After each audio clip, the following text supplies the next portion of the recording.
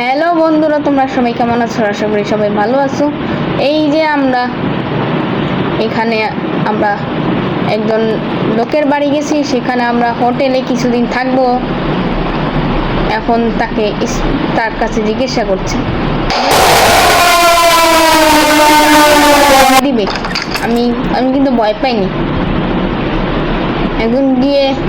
এখন কি ওই লোককে বলবো যে আমি কি আপনার বাড়িতে কিছুদিন থাকতে পারি? লোকে থাকতে দিবে। এখন আমরা উপর তলা যাব। রুমটা এমন লাগছে কেন, মানে হাঁটতেও কষ্ট হচ্ছে, কন্ট্রোল করতেও কষ্ট হচ্ছে। মানে এই রুমে আজকে থাকতে হবে আমাদের। যাই রুমে আজকে ঘুমাবো। কি রে, ঘুমাতে পারছি নাকি? ও আমাকে ওয়াশরুমে যেতে হবে, তাহলে সোজা তাহলে যেতে হবে। ওয়াশরুম কই, খুঁজতে হবে। সোজা যাই, নিচে হয়তো থাকতে পারে। সোজা নিচে চলে যাই। এই নিচে আমরা এসেছি। হ্যালো, আপনার এখানে ওয়াশরুমে যেতে পারি? ও, ওয়াশরুমে যেতে বলছে। এখন আমরা ওয়াশরুমে যাব।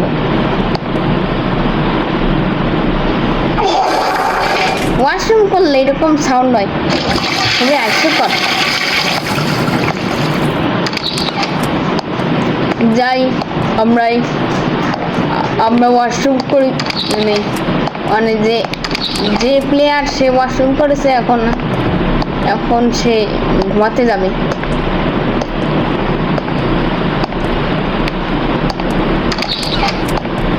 এখন ঘুমাতে যেতে হবে, কারণ হচ্ছে ঘুমানোর টাইম হয়েছে। আজকে প্রথম রাত আজকে ঘুমাবো, এনজয়। আজকে দ্বিতীয় রাত। আজকে আবার অনুমতি নেই। কি হলো? বাথরুম নোংরা করছে, এর জন্য পরিষ্কার করতে হবে।